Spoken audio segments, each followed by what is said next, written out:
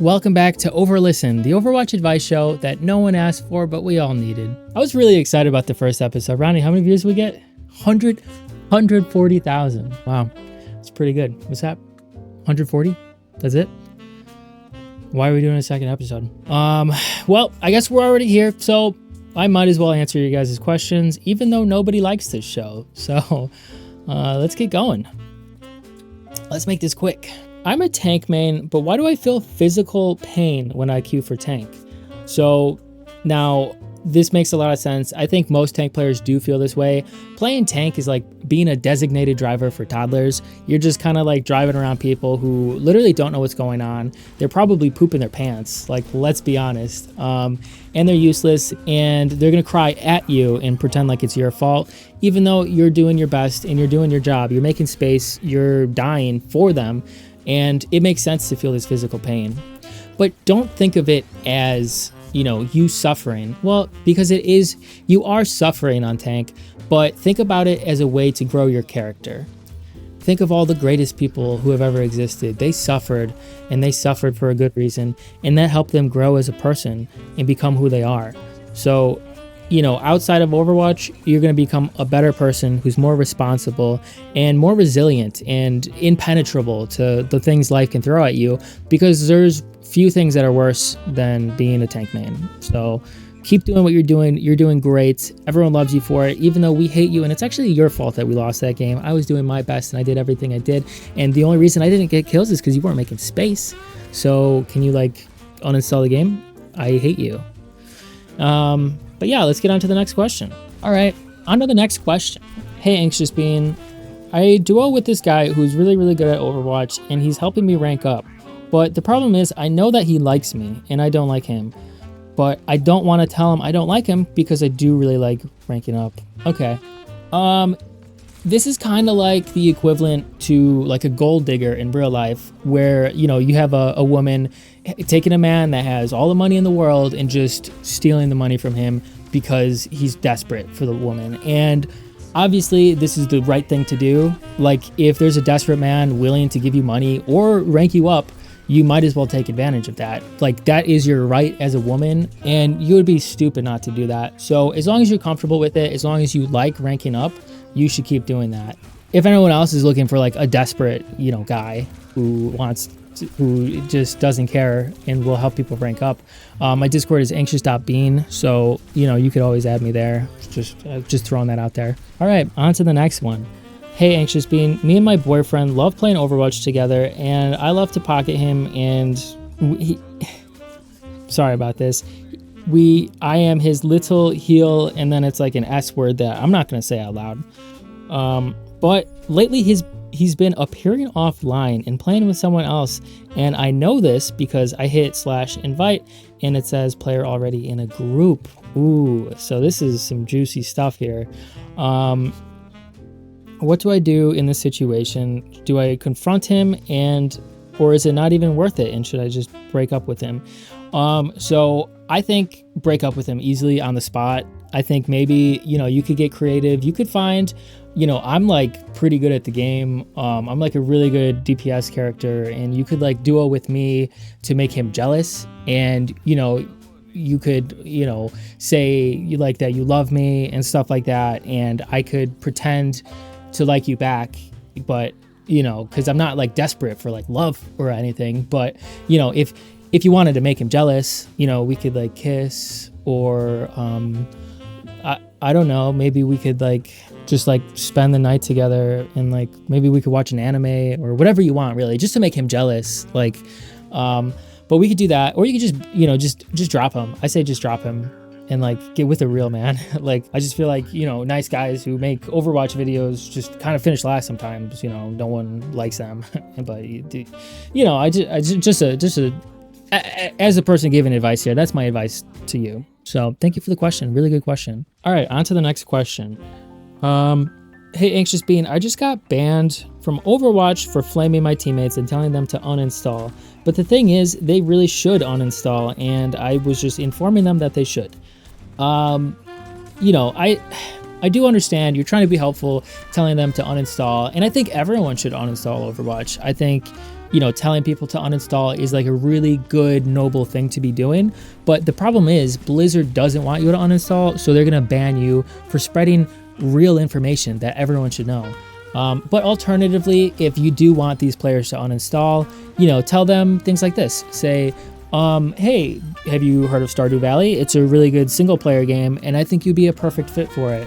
You know, I don't think you should be playing this game, and I especially don't want you on my team, so why don't you play like a single player game, Stardew Valley, any farming game, any little cozy game, something more up your alley. You know, tell them that. And if you do that, you shouldn't be getting banned from Overwatch. I don't think that's a bannable offense, just recommending games. Or let them know about grass. Everyone loves grass. Say, hey, why don't you go touch some? All right, next question here. Hey, Mr. Bean Man. I struggle taking this game way too personally, even though I shouldn't. What can I do to stop being affected by people's words on Overwatch?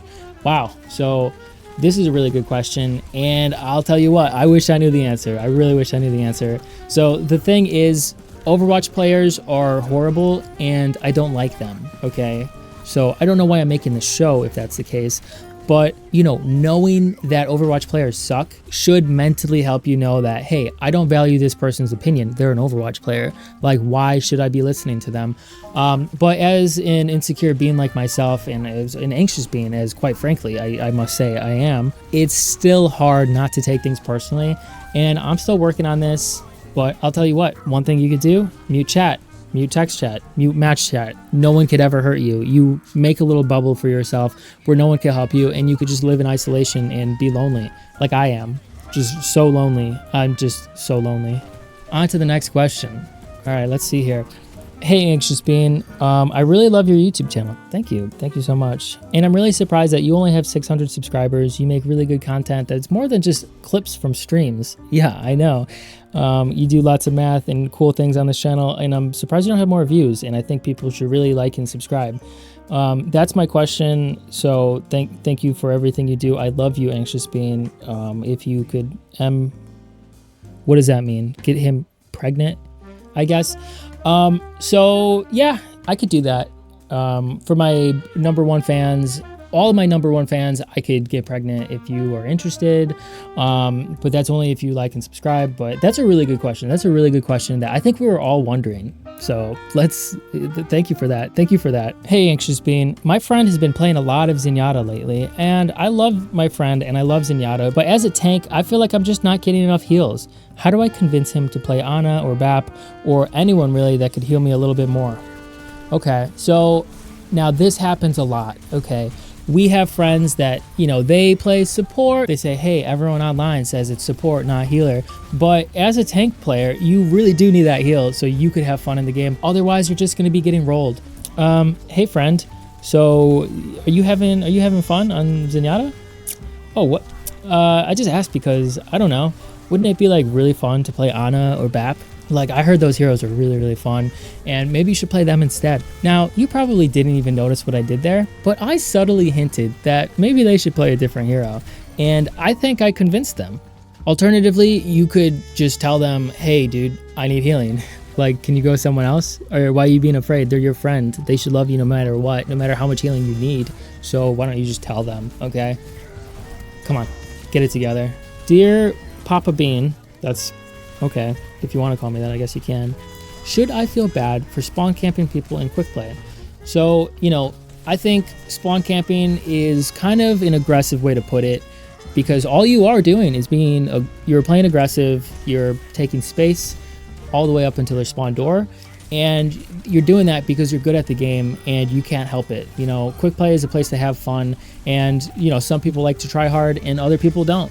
But if you are spawn camping them, or as I said, just holding aggressive angles in space, you know, that doesn't make you a bad person. And I think that makes you a good person. And I think you should touch the spawn doors. And if you die for it, even better. And if you don't die, then you're being a big baby. You're being a big wimp. And you should go die in their spawn to prove dominance. You should solo shatter their spawn door. Otherwise, why are you even here? Next question. Hey, Mr. Bean. Hey, Mr. Bean. I don't know why they said that twice. I didn't stutter and say that twice on accident. I recently quit Overwatch. Oh my god, congratulations. But I've been itching to get back, and I feel like I'm addicted and just craving Overwatch again. What can I do to curb my addiction and never come back? Okay, so let me tell you this right now. I've been playing Overwatch since the beta, and then I didn't play at the beginning, but then I started playing again season 2. And between then and now, you know, the longest break I might have taken was probably, I don't know, a month.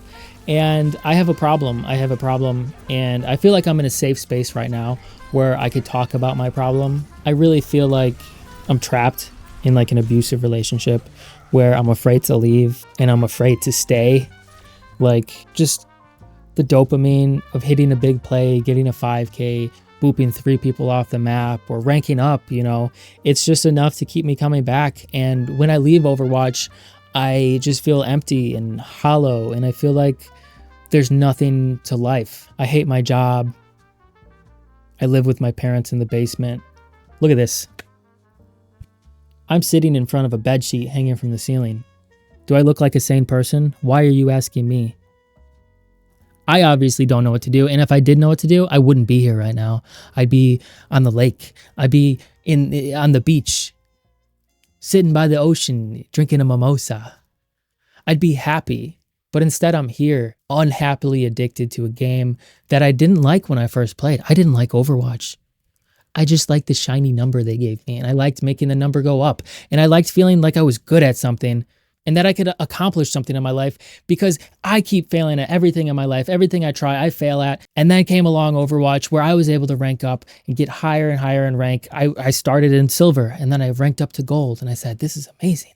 And then I ranked up to plat after hours and hours of grinding. And then next thing you know, diamond, masters, grandmasters, top 500. I'm playing on competitive teams, and I feel like I'm finally good at something. But good at what? Overwatch is nothing. I'm pressing buttons in the basement of my parents' house, pretending like I'm good at something, but Overwatch is nothing. There's no life skills I'm gaining here.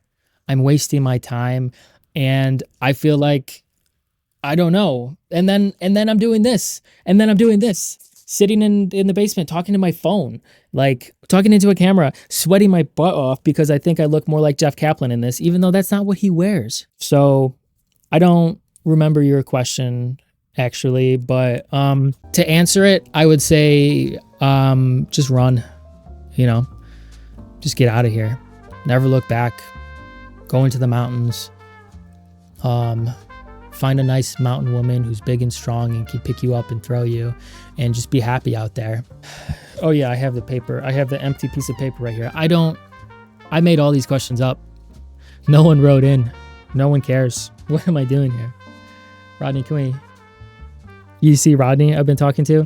He's not real. I made him up. I made him up.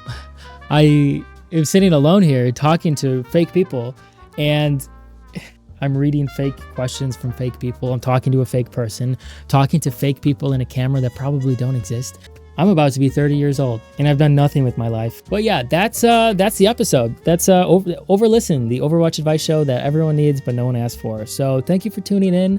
If you have any more questions, please leave them, because all the questions I read today were real, and that was just a bit. Okay, that was just a bit. I thought it'd be funny if I had a little existential crisis on camera, and that was not real. And Rodney's real too. You want to come on camera? Oh, you're shy? He's a little shy, guys. Don't worry. But thank you for watching. I have more videos if you want to watch them. You can watch the first episode. You can do whatever you want. I'm not the boss of you unless you want me to be. And if that's the case, go freaking clean your room. Be happy. And tell your parents you love them if they exist. And if they don't exist, create them in as a figment of your imagination and love them forever, because then they can never die.